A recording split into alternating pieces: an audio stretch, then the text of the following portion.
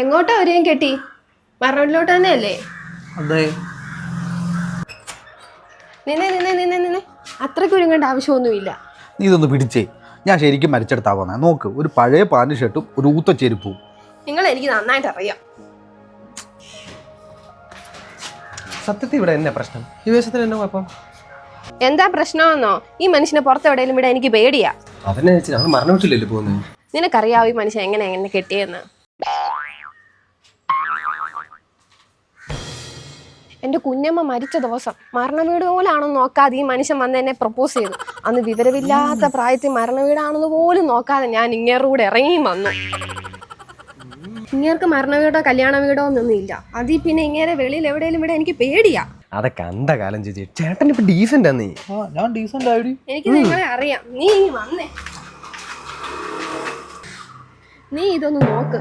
ഒരാൾ മരണ വീട്ടിൽ പോകുന്ന ഇങ്ങനെയൊക്കെയാണോ? എന്താ ചേട്ടാ ഇത്? സഞ്ചരിക്കുന്ന ബ്യൂട്ടി പാർലറോ?